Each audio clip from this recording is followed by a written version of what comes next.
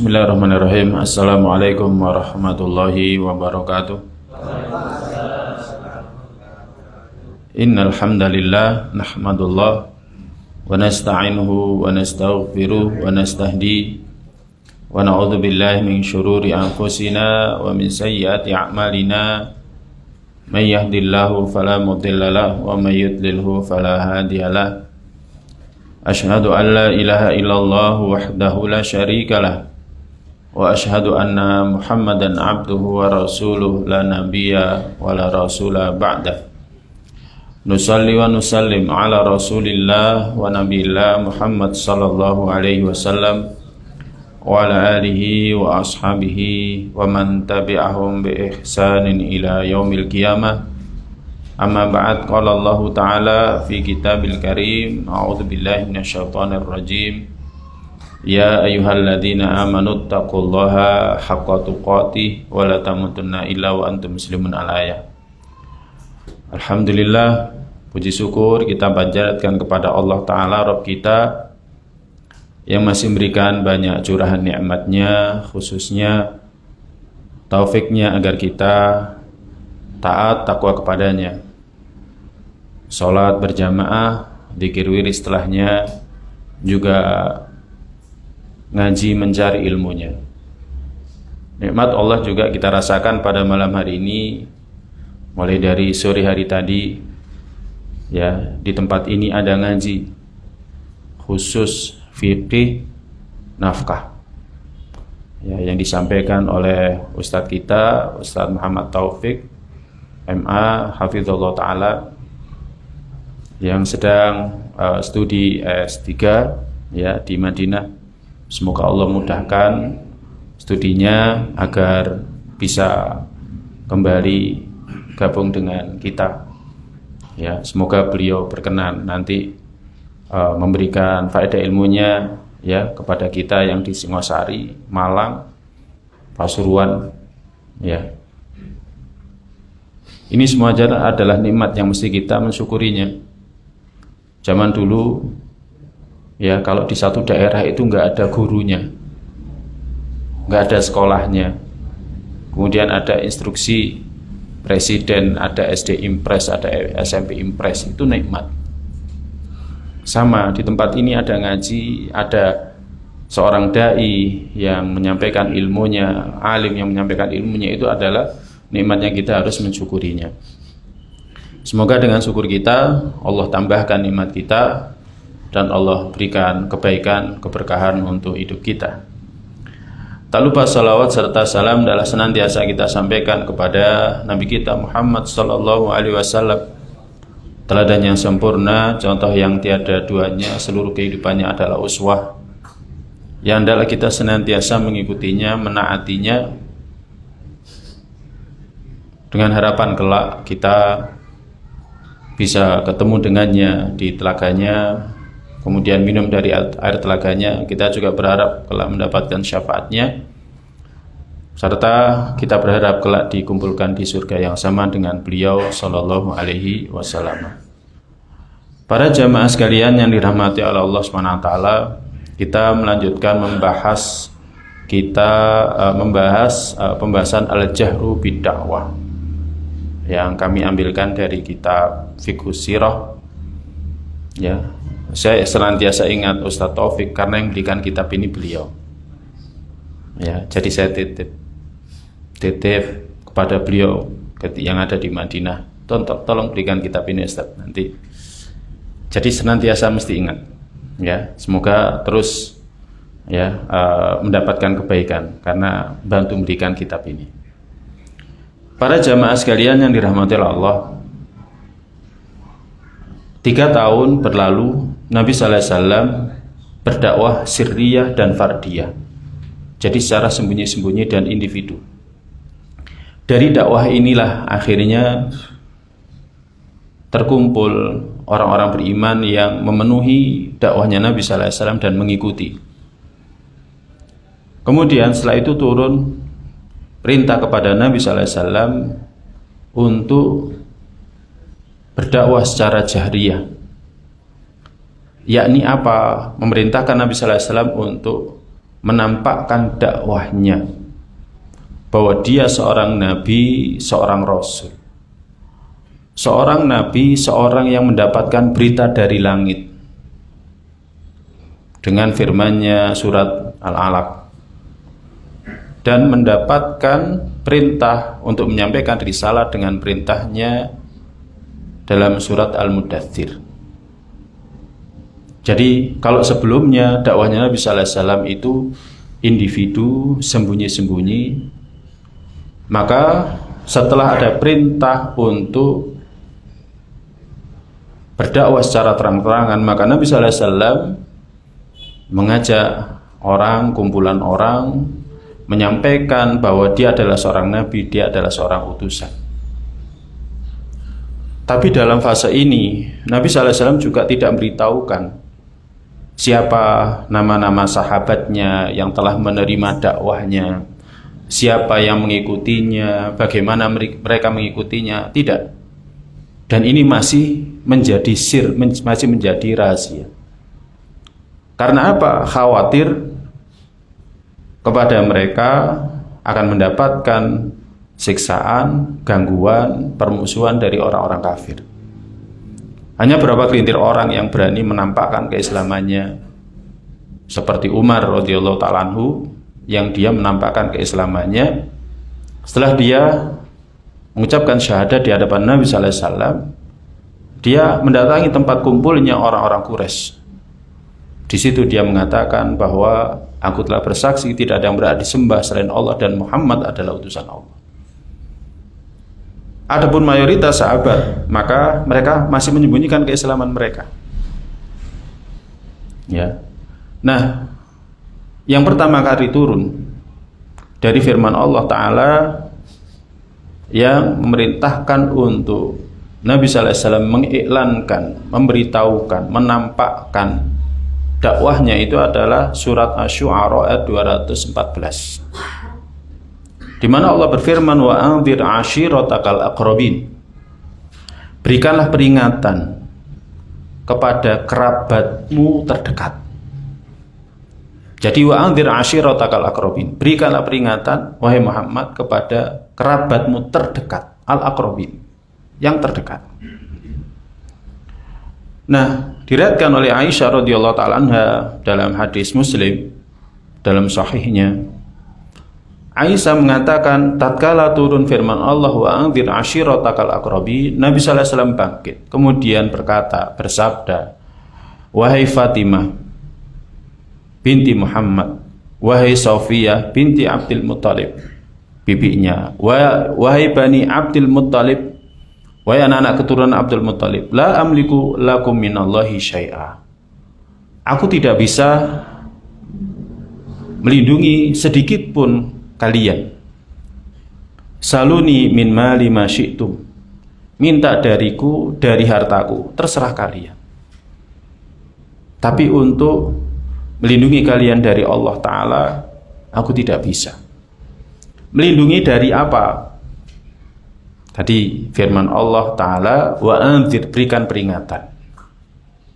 Peringatan tentang apa? Tentang adanya siksa di depan.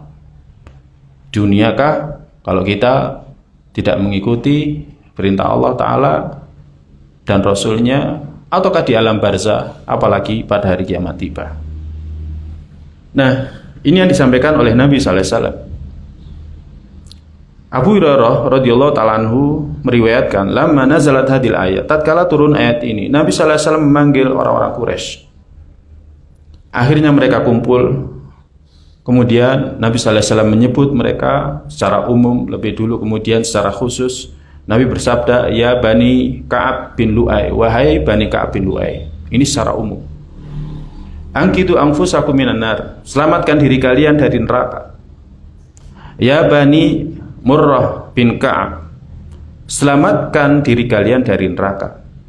Ya Bani Abdi Syam, wahai keturunan Abdi Syam, selamatkan kalian dari neraka. Ya Bani Abdi Manaf, angkitu anfusakum minan nar, selamatkan diri kalian dari neraka. Ya Bani Hashim, angkitu anfusakum minan nar, wahai keturunan Hashim, Bani Hashim, selamatkan kalian dari neraka. Ya Bani Abdul Muthalib, wahai Bani Abdul Muthalib, selamatkan kalian dari neraka. Ya Fatimah, angkidhi nafsaki minan nar. Wahai Fatimah, selamatkan dirimu dari neraka. Fa inilah amliku lakum minallahi syai'a. Aku tidak bisa melindungi kalian sedikit pun dari Allah. Ghairu anna lakum rahiman sa'buluha bibilaliha. Hanya saja kalian punya rahim yang aku senantiasa menyambungnya. Hadis muttafaq alaih, Bukhari Muslim. Jadi pesan Nabi apa? Selamatkan diri kalian dari neraka. Disebutkan mulai dari yang umum, dari keturunan Ka'ab bin Lu'ay, keturunan Bani Murrah bin Ka'ab, kemudian keturunan Abdu Syam, keturunan Abdi Manaf, keturunan Hashim, ya, keturunan Abdul Muthalib, ya. Dan pesan Nabi SAW, selamatkan diri kalian dari neraka. Nah, ini sebagai perintah dari Allah Ta'ala. Karena Allah merintahkan wa anzir, berikan peringatan. Makanya pertemuan terdahulu kita sampaikan, ya, salah satu dakwah kita itu mengingatkan nanti di kubur itu ada siksa. Mengingatkan dalam kehidupan akhir itu ada siksa yang bahkan jauh lebih berat jika dibandingkan dengan siksa kubur. Di kubur ada siksa yang lebih berat daripada siksa dunia. Nah, ini metode dakwahnya Nabi. Insya Allah nanti akan kita sebutkan pelajaran hadisnya atau faedah dari masalah ini. Ali bin Abi Thalib radhiyallahu ta'ala anhu meriwayatkan sebagaimana disebutkan dalam Musnad Imam Ahmad. Ya, disebutkan dalam Musnad Imam Ahmad. Ali bin Abi Thalib mengisahkan Rasulullah SAW mengumpulkan Bani Abdul Muthalib. Mereka ada beberapa orang. Semuanya makan daging kambing. Mereka semuanya juga minum dari wadah yang besar. Fasona ala humud dan min tu'amin. Kemudian Nabi SAW buatkan satu mud dari makanan untuk mereka. Akhirnya mereka makan hatta syabi'u, sampai mereka itu kenyang. Kemudian Ali mengatakan wa baqiya tu'am. Kemudian tersisa makanan. Ya, sebagaimana seolah-olah dia belum pernah disentuh sama sekali. Ya, kemudian Nabi SAW menyediakan atau membawakan wadah kecil. Akhirnya mereka minum, kemudian mereka pun kenyang. Dan masih tersisa minuman, seolah-olah mereka belum menyentuhnya atau belum meminumnya. Kemudian setelah itu Nabi SAW bersabda, wahai keturunan Abdul Muthalib, inni bu'ithu lakum khasatan wa ilan nasi amatan. Sesungguhnya aku diutus kepada kalian secara khusus dan kepada manusia secara umum. Wa qad ra'aitu min hadhil ayah ma ra'aitu. Kalian telah melihat dari ayat ini sebagaimana kalian melihat. Fa ayyukum yubayyi'uni ala ayyakuna akhi wa sahibi. Siapakah di antara kalian yang mau membantuku, membaiatku, ya, untuk menjadi saudaraku, untuk menjadi sahabatku. Kemudian Ali radhiyallahu ta'ala mengatakan, tidak ada satupun yang berdiri. Ya, semuanya terdiam, tertegun. Karena Nabi SAW membuat sesuatu yang belum pernah ada sebelumnya, belum pernah ada ceritanya di masyarakat Quraisy. Ali mengatakan, maka aku pun berdiri, dan aku adalah orang yang paling kecil ketika itu. Wa kuntu asgharul qaum. Maka Nabi SAW bersabda, duduk. Duduk. Karena memang Ali radhiyallahu ta'ala dari awal dia sudah beriman kepada Nabi SAW. Dan itu dilakukan Nabi SAW. Ali mau berdiri, suruh duduk. Ya kan? Setiap kali mau berdiri, duduk. Sampai akhirnya Nabi SAW bersabda, ijlis, ya, duduk sambil tangannya beliau memegang tanganku. Maksudnya Ali radhiyallahu anhu ingin menunjukkan kepada keluarga besarnya, keluarga besar Nabi SAW, ya kan, termasuk keluarga besar beliau radhiyallahu ta'ala anhu, ya kan, bahwa dia yang akan bersedia menjadi saudara, sahabatnya, yang akan membantunya, menolongnya. Nah, ini para jamaah sekalian yang dirahmati oleh Allah SWT. Jadi gambaran awal-awal dakwah jahriyahnya Nabi kita sallallahu alaihi wasallam. Jadi ke keluarga al-aqrab, terdekat. Bukan keluarga qarib, tetapi keluarga terdekat. Ya. Kemudian dalam kitab ini juga disebutkan, kitab-kitab sirah menyebutkan bahwa Nabi sallallahu alaihi wasallam mengundang keluarganya dari Bani Hashim dan Bani Abdul Muthalib untuk walimah. Untuk walimah. Ketika itu dihadiri Abu Lahab. Wa takallama qabla ayyatakallama Rasul qailan. Dan dia pertama kali bicara sebelum Nabi sallallahu alaihi wasallam bicara. Jadi sebelum Nabi sallallahu alaihi wasallam bicara, dia pertama kali bicara. Karena Abu Lahab dari awal sudah tahu. Ketika dakwah sirriyah, sebagian orang-orang di Mekah itu sudah tahu, tapi mereka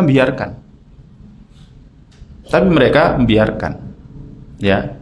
Tetapi ketika Nabi sallallahu alaihi wasallam mengundang untuk walimah seperti inilah, akhirnya sebelum Nabi sallallahu alaihi wasallam bicara, Abu Lahab itu bicara lebih dulu. Dia mengatakan, "Haula'i ammumatuka, banu ammika, fatakallam wada'is sabah." Ini semuanya adalah paman-pamanmu. Ya, dari jalur bapak. Ya, kalau paman Nabi sallallahu alaihi wasallam dari jalur ibu kan di Madinah, dari Bani Najjar. Ya. Tapi ini yang hadir ini adalah keluarga besar bapaknya. Ya, dari Bani Abdul Muthalib dan juga dari Bani Hashim. Abu Lahab mengatakan, ini paman-pamanmu dan anak pamanmu, silakan bicara, tinggalkan as-sabah. Ya, tinggalkan as-sabah, yakni ajaran baru. Jadi mulai dari awal Nabi sallallahu alaihi wasallam itu digelari dengan sabi, pembawa ajaran baru, pengikut ajaran baru. Ya samalah kalau kita di sini ada mengatakan, oh ini bawa ajaran sesat atau ajaran apa dan lain sebagainya. Nabi kita sallallahu alaihi wasallam pun mendapati hal yang sama. Kemudian Abu Lahab mengatakan, wa'alam annahu laisa liqaumika bil arab qatibah taqah. Taulah kamu, ketahuilah, ya kan? Ketahuilah, sesungguhnya kaummu tidak punya pemimpin yang berpengaruh di tengah orang-orang Arab. Jadi sejak wafatnya Abdul Muthalib, ya kan? Jadi kekuatan kepemimpinannya orang-orang Quraisy itu lemah. Tidak seperti ketika dipimpin oleh Abdul Muthalib. Abdul Muthalib itu pemimpin yang sangat berpengaruh. Ya, mulai dari kapan? Mulai dari sebelum penyerangan Abroha. Ya, termasuk karena dialah yang pertama kali menemukan sumur Zam-Zam setelah sekian tahun, ya kan, puluhan ratusan tahun air Zam-Zam itu hilang dan itu menjadi legenda. Abdul Muthalib yang menemukan. Kemudian, ya kan, termasuk pada saat peristiwa penyerangan pasukan Abroha, kelihatan kepemimpinannya, kelihatan tawakalnya. Nah, jadi setelah beliau wafat, maka tidak ada pemimpin yang berpengaruh. Wa'lam annahu laisa liqaumika bil arab qatibah taqah. Wa ana haqqu man akhadaka. Aku yang paling berhak untuk menghalangimu. Hasbuka banu abika. Cukup kalau kamu ngajak seperti ini, kamu dan keluarga dari bapakmu saja. Ya. Wa in aqamta ala ma anta fa huwa alaihi fa huwa aisar alaihi min ayati babika butun Quraisy wa tamuduhum al arab. Kalau sekiranya kamu masih tetap seperti ini, itu masih mudah, ya kan, bagi mereka untuk, ya kan, mengalahkan engkau, ya, mengalahkan engkau. Jadi seperti itu. Nah,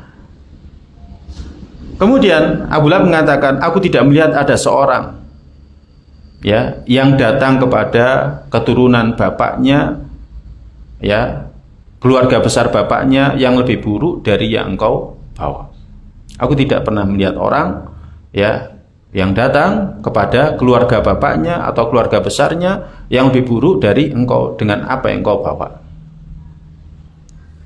Ketika Abu Lahab bicara seperti itu, maka Nabi sallallahu alaihi wasallam diam, tidak bicara di majelis itu, karena yang bicara ini pamannya sendiri. Ya, kita ingat kisahnya, ya. Ya, kita ingat kisahnya bagaimana pamannya juga punya peran, ya, ketika dia baru dilahirkan kan dia disusukan kepada budaknya daripada Abu Lahab. Akhirnya Nabi sallallahu alaihi wasallam mengajak mereka yang kedua kalinya. Nabi sallallahu alaihi wasallam bersabda, Alhamdulillah, segala puji bagi Allah. Ahmaduhu asta'inuhu. Aku memujinya, aku mohon pertolongan kepadanya. Wa uminu bihi wa tawakkal alaihi. Wa tawakkal alaihi. Aku beriman kepadanya dan aku tawakal berserah kepadanya. Wa asyhadu an la ilaha illallah wahdah la syarikalah. Aku bersaksi tidak ada yang berhak disembah kecuali Allah semata, tidak ada sekutu baginya. Kemudian Nabi sallallahu alaihi wasallam bersabda, "Inna ar-ra'ida la yaktibu ahla." Sesungguhnya ya, pemimpin tidak akan mendustakan keluarganya. Pelopor tidak akan mendustakan keluarganya. Wallahi la ilaha illahu. Demi Allah yang tidak ada yang berhak disembah kecuali Dia. Ini Rasulullah ilaikum. Sesungguhnya aku adalah utusan Allah kepada kalian khususnya, wa ilan nasi amatan, dan kepada manusia seluruhnya. Kemudian Nabi sallallahu alaihi wasallam bersabda, "Wallahi la tamutunna kama tanamun." Demi Allah, kalian akan benar-benar mati sebagaimana kalian tidur. Wala tub'atsunna kama tastayqidun, dan kalian benar-benar nanti akan dibangkitkan seperti kalian bangun dari tidur. Wala tuhasibanna bima ta'malun, kalian nanti benar-benar akan dihisab atas apa yang kalian kerjakan.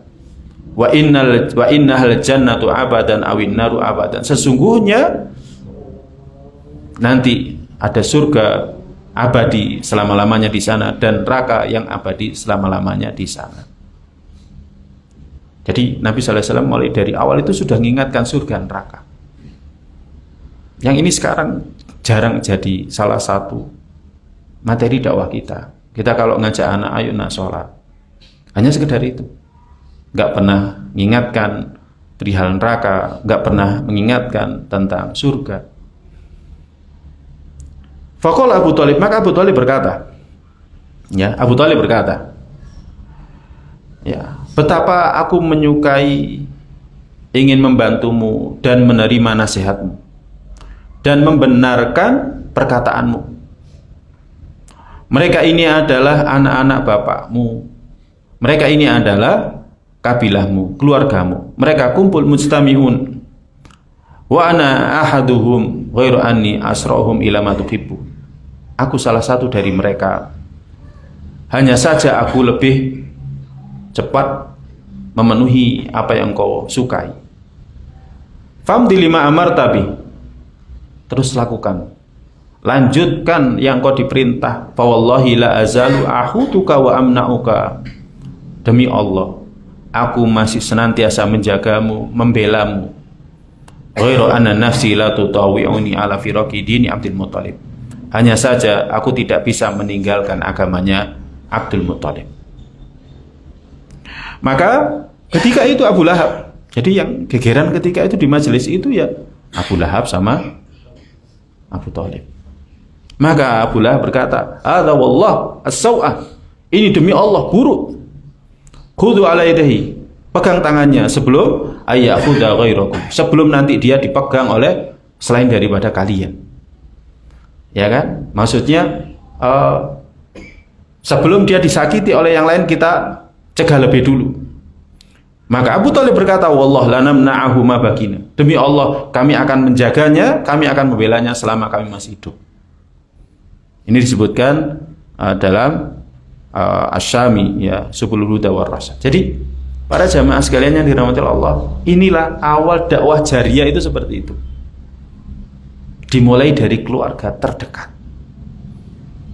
Bukan seperti ini. Ya.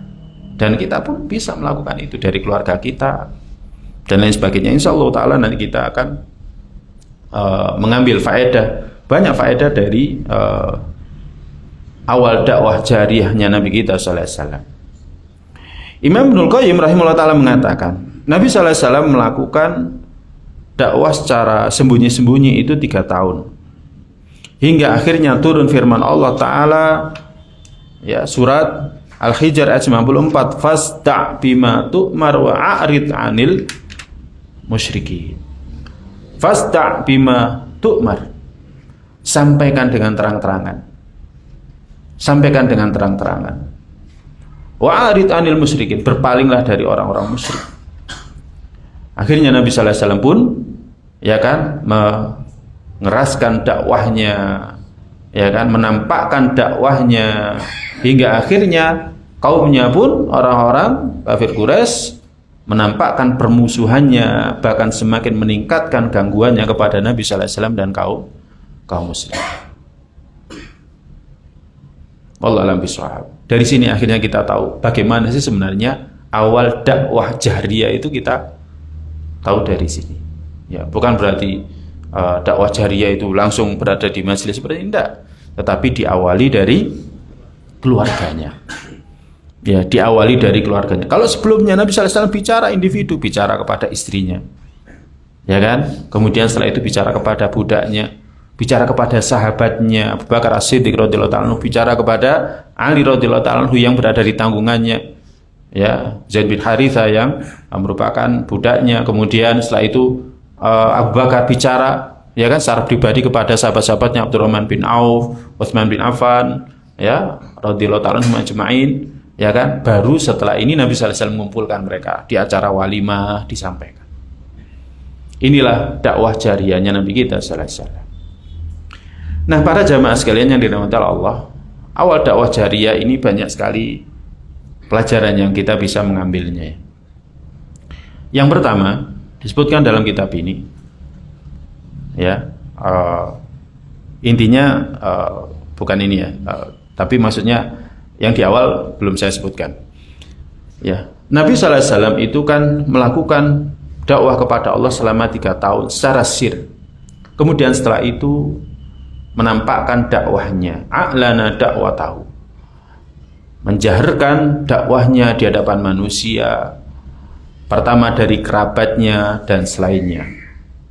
Nah, dakwah jariyah dan sirriyahnya Nabi itu terpusat pada mengingatkan manusia kepada Allah, mengingatkan manusia kepada Allah, ikatan manusia kepada Allah.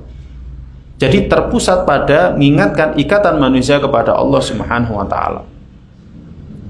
Jadi ingat, manusia itu terikat kepada Allah Ta'ala, Sang Pencipta, ya, kemudian pemilik yang ngurus alam semesta beserta isinya. Jadi dakwah sirriyah jahriyahnya Nabi sallallahu alaihi wasallam terpusat, ya kan, pada mengingatkan manusia bahwa manusia itu punya ikatan kepada Allah Ta'ala. Hati mereka terikat kepada Allah Ta'ala, ya, jadi terikat kepada Allah Ta'ala. Ya, ini semuanya pelajarannya, ya, ini semuanya pelajarannya mengarahkan manusia untuk mentauhidkan Allah Ta'ala. Jadi dakwah sirriyah jahriyah itu intinya adalah mentauhidkan Allah Ta'ala, ibadah hanya kepada Allah Ta'ala. Tadi disebutkan, ya, bahwa Nabi sallallahu alaihi wasallam mengatakan bahwa aku bersaksi tidak ada yang berhak disembah selain daripada Allah Ta'ala. Baru kemudian, demi Allah, aku adalah utusan Allah. Nabi sallallahu alaihi wasallam mengatakan, wallahi alladzi la ilaha illahu inni rasulullah. Demi Allah, zat yang tidak ada yang berhak disembah kecuali aku, sesungguhnya aku adalah utusan Allah Subhanahu wa ta'ala. Ya. Nah, ini adalah perkara penting, yakni perkara akidah, yakni menetapkan ibadah hanya kepada Allah saja. Jadi beribadah hanya kepada Allah saja, tidak tunduk kecuali hanya kepada Allah saja, tidak ada sekutu baginya. Ini kita bisa ambil dari firman Allah, kum fa'angdir, bangkit, beri peringatan. Orang-orang yang mengagungkan Lata, Uzza, Manata, berhala-berhala itu, ingatkan mereka. Nabi sallallahu alaihi wasallam dari awal, kita sudah bahas sebelumnya. Nabi dari awal itu sangat benci kepada berhala-berhala yang ada di sekitar Ka'bah. Ya kan? Terdahulu juga kita sampaikan kisahnya ketika Nabi sallallahu alaihi wasallam tawaf bersama dengan Zaid bin Haritha. Nabi berpesan, jangan pegang. Kemudian Zaid bin Haritha penasaran, dipegang. Dikatakan lagi, kan tadi sudah tak bilang jangan pegang. Megang saja itu loh nggak boleh. Makanya Nabi sallallahu alaihi wasallam nggak pernah sekalipun bersumpah demi Lata, Uzza, Manata. Bahkan kalau ada orang bersumpah demi Lata, Uzza, Manata, Nabi sallallahu alaihi wasallam membencinya. Maka masalah akidah ini masalah penting. Dan Nabi sallallahu alaihi wasallam ketika turun firman Allah surat Al-Mudaththir ayat 2, ya ayyuhal mudaththir qum fa'anzir. Paham? Ingatkan orang-orang. Ya, jangan sembah ini semuanya. Sembah Allah saja.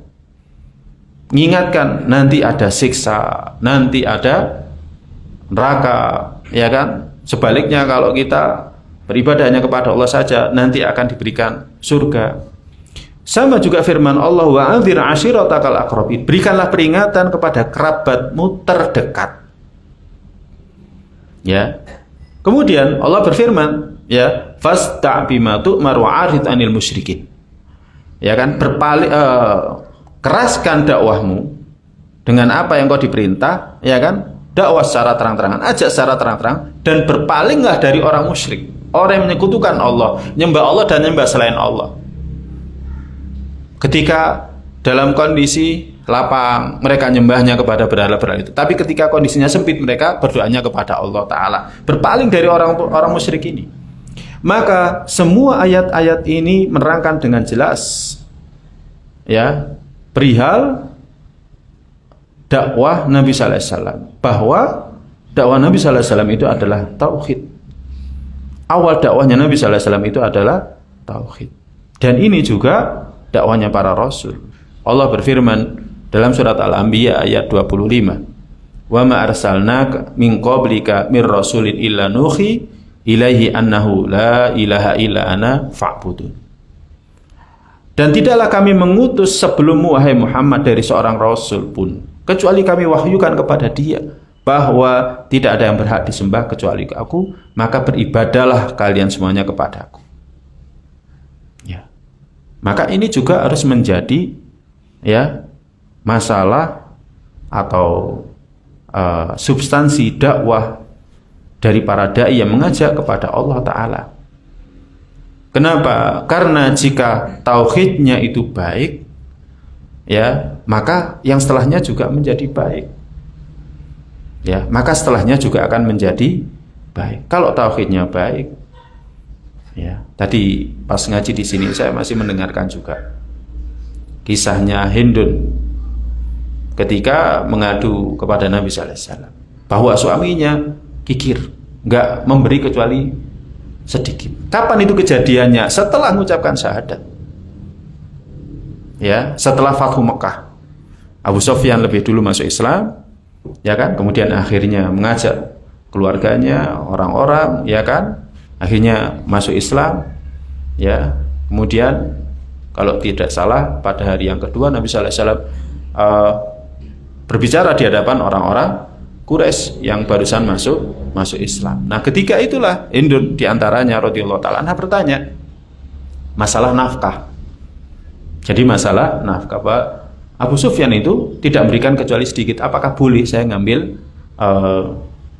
hartanya? Kemudian Nabi sallallahu alaihi wasallam membolehkannya untuk mengambil sesuai dengan kebutuhan. Jadi tauhid itu kalau baik, maka amal yang lain juga akan baik. Idza lam yatahaq at-tauhid, kalau tauhid itu tidak diterapkan, maka fala qimata li ayyi amalin biduni. Maka enggak ada nilainya. Amal apapun, ya kan, dikerjakan enggak ada nilainya. Dalam kehidupan dunia ada nilainya. Ya, misalkan kita sedekah, kita memberikan santunan kepada fakir miskin, kita memberikan santunan kepada anak-anak yatim, ya kan? Tapi kalau tidak didasari tauhid, dalam kehidupan akhir Allah nggak akan nganggap, Allah nggak akan nilai, Allah nggak akan balas. Karena kita tidak mentauhidkan Allah, karena kita tidak beriman kepada Allah Ta'ala. Tetapi kalau kita beriman kepada Allah Ta'ala, tauhid kita benar, maka Allah pasti akan ganti, Allah akan balas. Kita birrul walidain akan dibalas oleh Allah, ya kan? Kita sedekah akan dibalas oleh Allah. Kita membangun masjid akan dibalas oleh Allah. Ya, orang-orang kafir Quraisy renovasi Ka'bah dibalas oleh Allah. Tapi ketika mereka tidak beriman, maka Allah tidak akan membalasnya. Ini para jamaah sekalian yang dirahmati Allah. Karena Allah berfirman dalam surat Al-Furqan ayat 23, "Wa qadimna ila ma 'amilu min 'amalin faja'alnahu haba'an mantsura." Dan kami perlihatkan, ya, kepada apa yang mereka telah kerjakan dan kami jadikan dia itu debu yang berterbangan. amal-amal orang musyrik itu nanti dalam kehidupan akhir dilihatkan oh kamu dulu ngamalkan ini dan lain sebagainya, tapi akhirnya menjadi haba manthura, debu yang berterbangan. Makanya Imam Ibnul Qayyim rahimahullah taala pernah berkata, setiap kali tauhid seorang hamba itu semakin tulus, semakin murni, semakin besar, kanat maghfiratullahi lahu atam, maka ampunan Allah Ta'ala itu akan lebih sempurna lagi. Maka semakin besar ketauhidan kita, maka ampunan Allah semakin besar. Faman laqiyahu la yusyrik bi syai'a albattah. Siapa yang kembali kepada Allah, bertemu dengan Allah, tidak menyekutukan Allah sedikit pun, Allah ampuni dosa-dosanya seluruhnya, sebanyak apapun, dan Allah tidak akan menyiksanya. Ini yang dikatakan oleh Imam Ibnul Qayyim rahimahullah ta'ala. Kemudian dia juga mengatakan, dalam kitab Zadul Ma'ad, lamma kana al-musyrik khabithul unsur, khabithul dzat. Orang musyrik itu karena dia memang unsurnya sudah kotor, zatnya itu sudah kotor. Lam tadhuridna khubuthahu. Maka kekotorannya itu enggak bisa dibersihkan oleh api, enggak bisa. Balau kharaja minha la'ada khabithan kama kana. Bahkan orang kafir itu kalau keluar dari neraka, misalkan, ya kan, akan tetap kotor. Karena apa? Ya karena mereka melakukan kesirikan itu. Syirik itu kotor. Ya Allah berfirman dalam surat Al-Mudaththir, warrujza fahjur. Yang kotor-kotor itu. Ada yang nafsiri, yang dimaksud ar-rujza itu berhala-berhala itu. Fahjur, jauhi. Orang musyrik karena unsurnya sudah kotor, zatnya kotor, ya kan? Neraka enggak akan bisa membersihkan kekotorannya, keburukannya, ya kan? Kal kalbi idza dakhala al-bahr tsumma kharaja minhu. Perumpamanya seperti anjing. Anjing itu misalkan dimasukkan ke dalam lautan pun keluar ya tetap najis. Apa perkataan Imam Ibnul Qayyim? Falidzalika haramallahu 'alal musyrik al-jannah. Oleh karena itu Allah haramkan bagi orang musyrik masuk surga. Jadi syirik itu kotor. Makanya ini dakwahnya para nabi ini adalah tauhid. Makanya kita kalau dakwah kepada tauhid, ya. Oleh karena itu dikatakan dalam kitab ini, ya, kita katakan kepada para dai, perhatikan tauhid, ya, mulai dari tauhid, ya, perbaiki akidahnya manusia. Ini adalah qadhiyah asasiyah. Ini masalah dasar. Jadi masalah dasar. Tauhid bukan hanya sekedar menyembah kepada Allah saja, ya kan? Orang juga artinya terikat kepada Allah, ya, gelisah kembali kepada Allah, jangan kepada manusia, ya kan? Apalagi minta, butuh, kembali kepada Allah, jangan kepada manusia. Pelajaran yang kedua, mengawali dakwah dengan kerabat terdekat. Padahal Rasulullah SAW diutus kepada manusia seluruhnya, menjelaskan perihal derajat tanggung jawab seseorang, tingkatan tanggung jawab seseorang, ya, menunjukkan tingkatan tanggung jawab seseorang, lidarajat mas'uliyati syakhs, yang mana mengawali dakwahnya dari keluarganya, dari kerabatnya.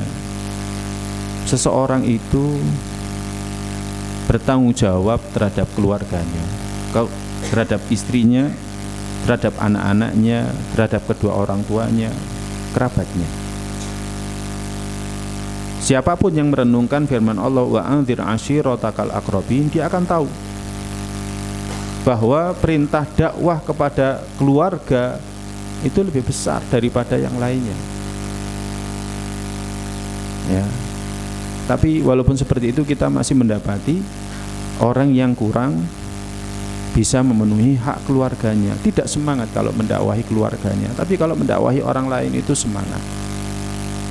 Maka ini meloncat, ya, meloncat. Padahal yang paling ditekankan untuk kita dakwah itu adalah keluarga kita, kerabat kita, daripada manusia seluruhnya.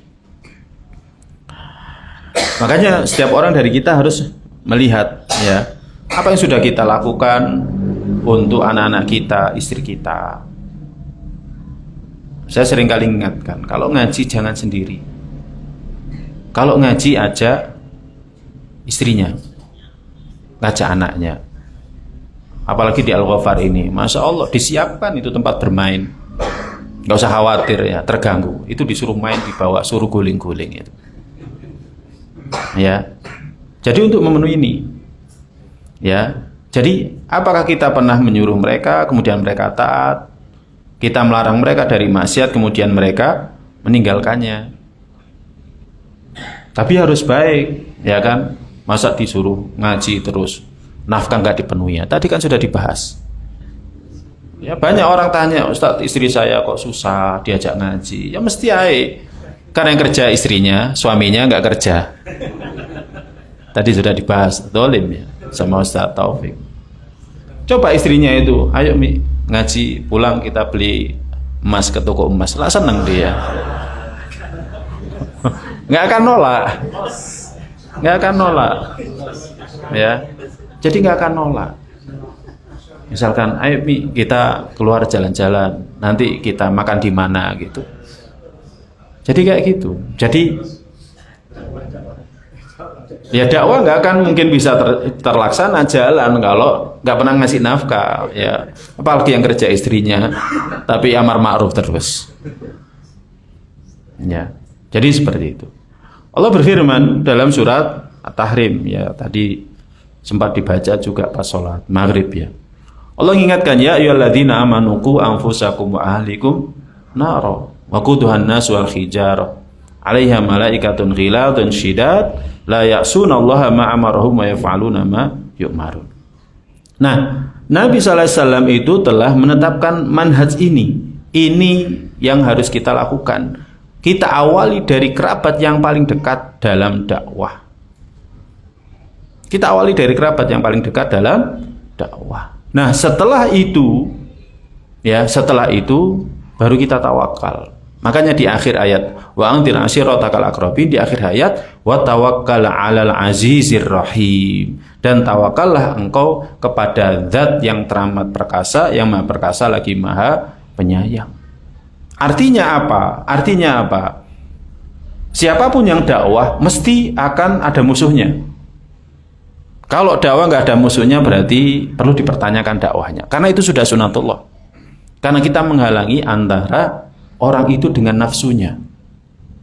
Jadi menghalangi orang itu dengan nafsunya, sesuatu yang dia mencintainya. Ya kan? Makanya Allah mengatakan wa tawakkal 'alal azizir rahim. Tawakal engkau kepada zat yang memperkasa lagi maha penyayang. Artinya permusuhan kerabatmu wahai Muhammad, ya, dengan sebab dakwamu jangan mengkhawatirkanmu, jangan menyedihkanmu. Balittaqil 'ala Allah, tapi bertakwalah kepada Allah, bertawakallah kepada Allah. Enggak usah sedih. Itu sudah sunatullah.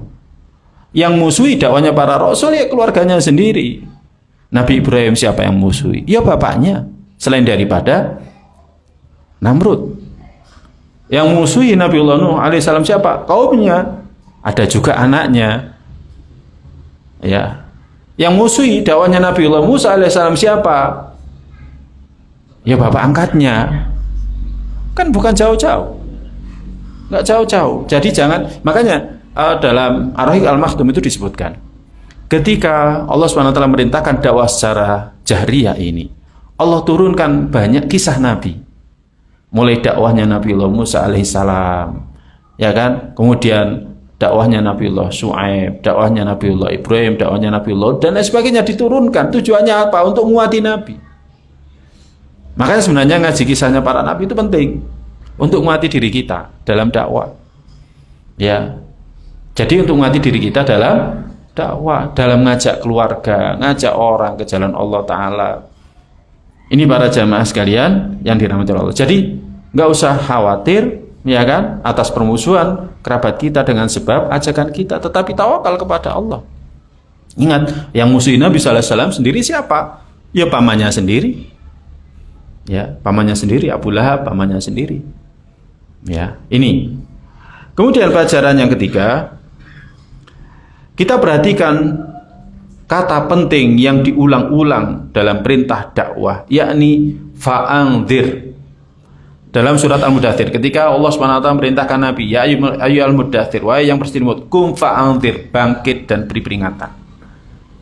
Ya, beri peringatan. Firman Allah juga, wa anzir ashiratakal aqrabin, berikan peringatan kepada kerabatmu terdekat. Bahkan juga sabda Nabi sallallahu alaihi wasallam kepada kerabatnya dan penduduk Mekah ketika mereka kumpul. Nabi mengatakan, inilakum nadhirum baina yaday adzabin syadid. Sesungguhnya aku pemberi peringatan kepada kalian perihal azab pedih yang ada di depan. Entah dalam kehidupan dunia seperti kaum-kaum terdahulu yang dibinasakan, entah di alam barzah, apalagi di alam akhirat. Maka setiap orang hendaklah ingat hakikat ini, yakni memberikan peringatan tentang azab, memberikan peringatan tentang hisab, tentang neraka dan lain sebagainya. Jadi kita dalam dakwah itu ingatkan ini. Makanya kalau misalkan kita ngajak anak kita, ya kan, anak kita nggak mau sholat, sampean nggak sholat apa? Sampean nggak wedi tak engko disiksa. Engko lek disiksa kayak kubur, sampean nggak iso metu teko kuburan. Contohnya apa? Kau ono ceritane wong mati metu teko kuburan, mencolot ketika disiksa. Jadi ingatkan, peringatkan itu. Sehingga sholat, ya kan? Yang nggak puasa, kan banyak orang nggak puasa, nggak sholat. Banyak orang yang melakukan kesyirikan, diingatkan, ingdar. Baru kalau mereka ini sudah sholat, baru sampaikan tentang berita gembira surga. Apa sih Pak, aku tuh sholat? Kamu selain daripada nanti dijauhkan dari siksa, kalau sholat nanti dapat surga. Nah kayak gitu. Jadi kapan kita nakut-nakuti? Ketika mereka melakukan kemaksiatan, ketika mereka melakukan dosa, ketika mereka nggak sholat, ketika mereka melakukan kesyirikan, ketika mereka tidak puasa, ketika mereka zina misalkan. Tapi ketika mereka sudah memenuhi seruan kita, baru kita sampaikan berita gembira. Jadi seperti itu. Jadi metode dakwahnya Nabi sallallahu alaihi wasallam yang disebutkan dalam kitab fikih sirah ini, yakni berikan peringatan dulu. Berikan peringatan. Ya, sampean kalau gak sholat, sampean terusan seperti ini, nanti mati ya opo, gitu loh. Siapa yang akan bantu Anda? Dan lain sebagainya, diingatkan tentang siksa. Kalau dia sudah memenuhi seruan kita, ya rajin ibadah, rajin ini, baru disampaikan berita gembira. Wis nggak usah khawatir, rezeki Allah yang ngatur, ya kan? Ya kalau kita nggak bisa dapat rezeki yang lapang dalam kehidupan dunia ini, nanti surga itu lebih indah, surga itu lebih nikmat daripada nikmat dunia. Nah seperti itu. Ini metode dakwahnya Nabi. Ini para jamaah sekalian yang dirahmati oleh Allah Subhanahu wa taala. Wallahu a'lam bishawab. Baik, mungkin ini yang bisa kita kaji. Tentunya waktu yang sempit ini nggak mencukupi. Insyaallah taala kita lanjutkan pada pertemuan yang akan datang dengan izin Allah taala. Allahumma inna nas'aluka ilman nafi'an wa rizqan thayyiban wa amalan mutaqabbala. Allahumma qina adzabaka yauma tab'atu ibadaka. Kita akhiri dengan doa penutup majelis. Subhanakallahumma bihamdika asyhadu an la ilaha illa anta astaghfiruka wa atubu ilaik. Assalamualaikum warahmatullahi wabarakatuh.